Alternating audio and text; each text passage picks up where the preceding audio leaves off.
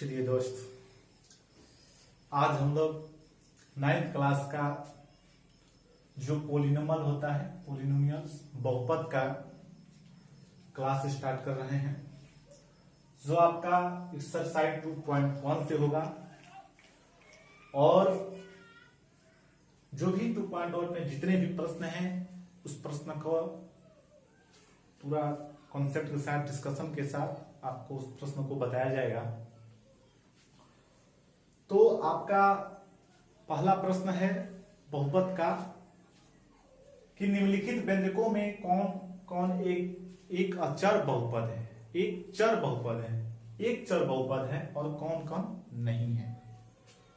तो आपने तो बहुपद के बारे में पिछली कक्षा जो 8 में पढ़ चुके होंगे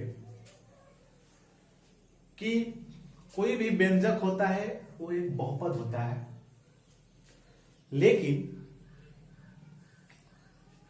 बहुपद जो भी व्यंजक अगर लिखते हैं, जैसे मान लेते हैं हम 2x या 4x या 2x+3 लिखते हैं, ठीक है। तो ये जो है लिखा हुआ है, यह क्या है, व्यंजक है, एक्सप्रेशन, ठीक है। तो हम बहुपद को समझते क्या है कि x क्या है, 2 क्या है, 3 क्या है, इसमें हम देखते हैं कि ये क्या चीज है। तो व्यंजक जो भी होता है उसमें दो ही चीज की ध्यान में रखना चाहता है, एक होता है वेरिएबल और एक होता है कांस्टेंट। वेरिएबल होता है जिसको हिंदी में चर बोल देते हैं, और इंग्लिश में, हिंदी में जो आपको चर बोला जाता है इंग्लिश में वेरिएबल बोला जाता है। और एक होता है आपको कांस्टेंट जिसको हिंदी में अचर बोला जाता है, ठीक है। तो आप एक एग्जांपल के माध्यम से देखेंगे, चर कांस्टेंट होता है और अचर वेरिएबल होता है, क्योंकि x का जो भी, मान लीजिए 4x लिखते हैं तो x का अगर मान यहाँ पे 2 रखेंगे तो 8 आ जाएगा, x का मान 3 रखेंगे तो क्या आ जाएगा, 12 आ जाएगा, x का मान 1 रखेंगे तो 4 आ जाएगा। तो इससे यह तात्पर्य हो रहा है कि x का मान बदल रहा है, x का जो मान है वो बदल रहा है, और जो ये 4 है ये नहीं बदल रहा है, यानी ये कांस्टेंट है, जो भी है वो फिक्स है। 4 क्या है, फिक्स है, कांस्टेंट। तो जो भी कांस्टेंट होता है उसको हम ए बी सी के द्वारा डिनोट करते हैं। ए बी सी के द्वारा ही इसको हम डिनोट करते हैं, ए बी सी डी के द्वारा, आदि के द्वारा इसको क्या करते हैं, सूचित किया जाता है, यानी डिनोट किया जाता है। ये आपका 4 क्या है, कांस्टेंट है, ठीक है। और जो x आपका है ये वेरिएबल है, ठीक है, जिसको हिंदी में बोलते हैं, वेरिएबल को हिंदी में बोलते हैं चर। ये होता है अचर, ठीक है। जैसे हम देखते हैं, मान लीजिए इसको समझ लीजिए एक वर्ग है, ठीक है, थोड़ा फिगर है। यह एक वर्ग है जिसकी भुजा है 2 2 2 2। तो इसका परिमिति क्या होगा, परिमिति बराबर 4 गुणे भुजा होता है, जो आपका भुजा 2 है, 4 गुणे 2 यानी 8 हो गया। अगर एक और वर्ग बनाते हैं, अगर उसका जो है 3 3 3, अगर उसका भुजा 3 है तो इसका परिमिति क्या हो जाएगा, 12 हो जाएगा। मान लीजिए एक और वर्ग बनाते हैं, इसका भुजा x है, इसका भुजा x है, इसका भुजा भी x है, इसका भुजा भी x है, यानी 4x हो गया। अब इसको समझिए कि अगर वर्ग की भुजा अगर 2 रखते हैं तो उसका परिमिति 8 आता है। जब उसकी भुजा को हम 3 रखते हैं तो परिमिति 12 आ जा रहा है। इसका मतलब ये हुआ कि जो x है, जो भुजा है, क्या हो रहा है, परिवर्तन हो रहा है, यानी वेरिएबल है। भुजा क्या है, वेरिएबल है, यानी चर है। अगर यहां पे अगर हम 5 रखते हैं तो इसका 20 आ जाता, यहां पे अगर हम 6 रखते हैं तो इसका 24 आ जाता। इसके मतलब ये हुआ कि x का मान बदलेगा, वैसा ही परिमिति भी बदलेगा। लेकिन 4 आपका क्या है, कांस्टेंट है, इसमें भी 4 है, इसमें भी 4 है, इसमें भी 4, वो क्या है, कांस्टेंट, वो नहीं बदल रहा है। लेकिन जो आपका x है ये क्या हो रहा है, बदलता जा रहा है।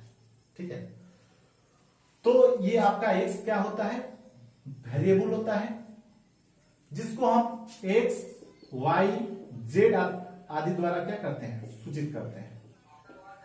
ठीक है, जो भी वेरिएबल होता है उसको हम x, y, z से सूचित करते हैं, उसको डिनोट करते हैं, दिखाते हैं। और जो भी कांस्टेंट होता है उसको हम a, b, c के माध्यम से a, b, c, d इत्यादि के से द्वारा सूचित करते हैं। ठीक है, अब इसमें होता है, पूछा आपको एक चर बहुपद। ठीक है, एक चर बहुपद का मतलब ये हुआ कि ऐसा एक्सप्रेशन, जैसे मान लीजिए x plus square plus 2x plus 5x plus 6 हो गया। इसमें आप क्या देखते हैं, ये क्या है, ये बहुपद है, ये तो बहुपद है, लेकिन ये बहुपद जो होगा, एक चर बहुपद में क्या होता है कि इसमें जो भी वेरिएबल होगा एक ही होगा। यानी इसमें क्या है, इसमें वेरिएबल क्या है, x क्या है, वेरिएबल है, x वेरिएबल है, और जो x है, x का पावर वेरिएबल क्या है, 2 है, इसमें x का पावर क्या है, 1 है, इसमें x का पावर 0 है। यानी जो भी बहुपद होता है, एक चर का बहुपद, उसमें x का जो मान होता है वो हमेशा पूर्ण वर्ग संख्या, पूर्ण वर्ग होना चाहिए, यानी होल नंबर होना चाहिए। ठीक है, होल नंबर होना चाहिए, यानी उसकी जो पावर होती है हमेशा पूर्ण संख्या ही होनी चाहिए।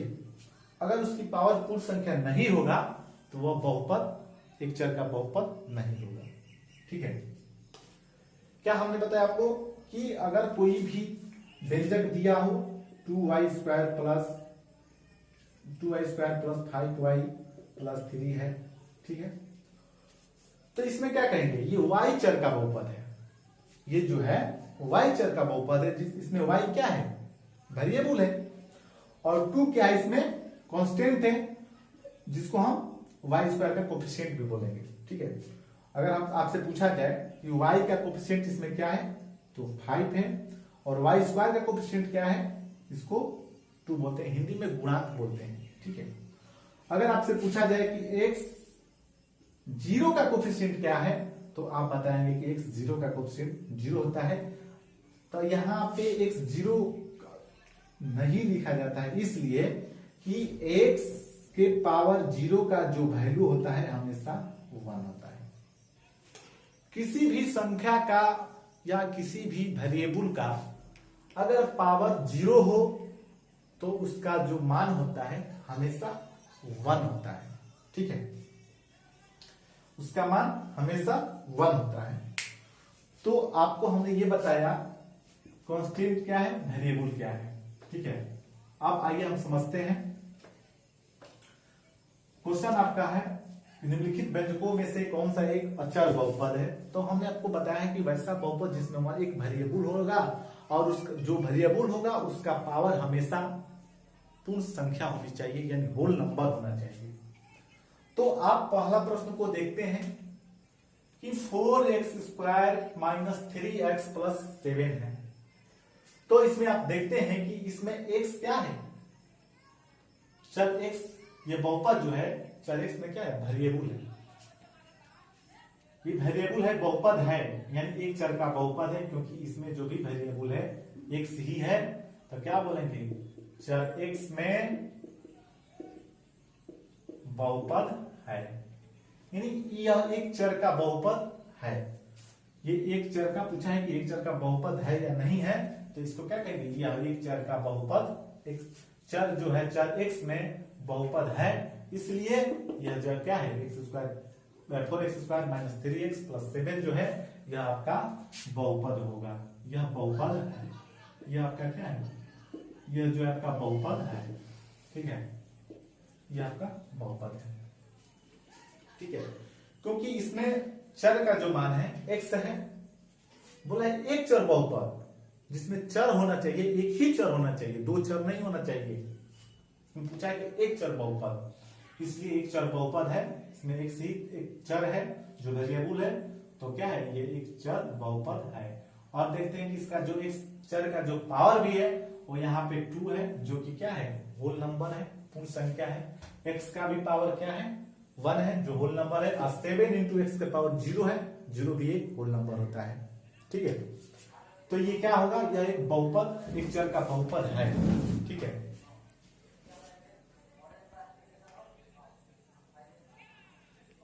एक चर का बहुपद है।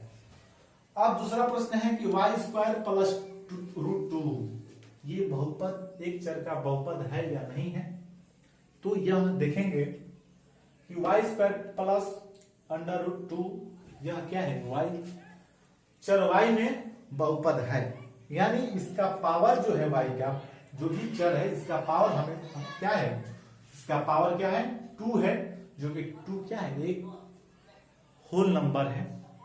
तो जब होल नंबर होगा, पूर्ण संख्या होगा, तो वो एक चर का बहुपद होगा। तो क्या बोलेंगे, एक चर का बहुपद है, एक चर बहुपद है, ये भी एक चर बहुपद है। अब इसमें देखते हैं 3√t है प्लस t√t है। तो इसमें जो चर है, t चर है, t क्या है, चर है। तो इसको हम कैसे लिख सकते हैं, इसको हम देखिए ऐसे भी लिख सकते हैं, 3√2 है तो 1 के पावर t के पावर 1/2 भी लिख सकते हैं, प्लस t√2। अब इस व्यंजक को देखिए कि t का पावर 1/2 है, यानी 1/2 है, जो ये होल नंबर है, नहीं है। 1/2 होल नंबर है, नहीं है। t वेरिएबल है, t जो है वेरिएबल है, लेकिन इसका पावर 1/2 है, यानी पूर्ण संख्या नहीं है, इसलिए यह एक चर का बहुपद नहीं है। ये क्या होगा, एक चर का बहुपद नहीं है। इसको क्या लिख देंगे, नहीं है। क्यों नहीं है, क्योंकि इसका जो t का जो चर t है, जो वेरिएबल t है, इसका पावर जो है पूर्ण संख्या नहीं है, इसलिए ये जो बहुपद है एक चर का बहुपद नहीं है। ठीक है, अगला क्वेश्चन देखते हैं। दूसरा क्वेश्चन है y प्लस 2/y, इसको हम ऐसे भी तो लिख सकते हैं, y प्लस 2y के पावर -1। ठीक है, तो क्या y प्लस 2y के पावर -1 यह बहुपद है, एक चर का बहुपद है। तो जो ये है एक चर का बहुपद नहीं है, इसलिए नहीं है क्योंकि y जो है इसमें वेरिएबल है, y जो है क्या है, चर है, लेकिन y का जो पावर है वो पावर क्या है, -1 है। तो हम जानते हैं कि अगर एक चर बहुपद के लिए पावर हमेशा होल नंबर होना चाहिए, लेकिन ये क्या है, -1 है। 1 होल नंबर होता है, लेकिन -1 होल नंबर नहीं है, यह एक पूर्ण संख्या नहीं है, इसीलिए यह क्या है, एक चर का बहुपद नहीं है। ये क्या है, एक चर का बहुपद नहीं है। ठीक है, सिर्फ ध्यान से सुनिए, इसमें x है, y है, z है, पावर x का, x भी वेरिएबल है, जिसका पावर क्या है, पूर्ण संख्या है, होल नंबर है, y भी वेरिएबल है, जिसका पावर होल नंबर है, z भी वेरिएबल है, जिसका पावर 50 है। तो अगर सिर्फ x के पावर 10 रहता तो हम कह सकते थे कि यह एक चर का बहुपद है, यानी ये जो आपका एक्सप्रेशन है इसमें जो भी चर होना चाहिए एक चर होना चाहिए, 2 चर नहीं। इसमें 1 2 3 चर है, इसलिए कि x भी चर है, y भी चर है, z भी चर है, इसमें 3 चर है, इसलिए यह एक चर का बहुपद नहीं है। क्यों नहीं है, क्योंकि इसमें x y z जो है यह चर है, वेरिएबल है, लेकिन एक चर के बहुपद में हमने बताया है कि एक चर के बहुपद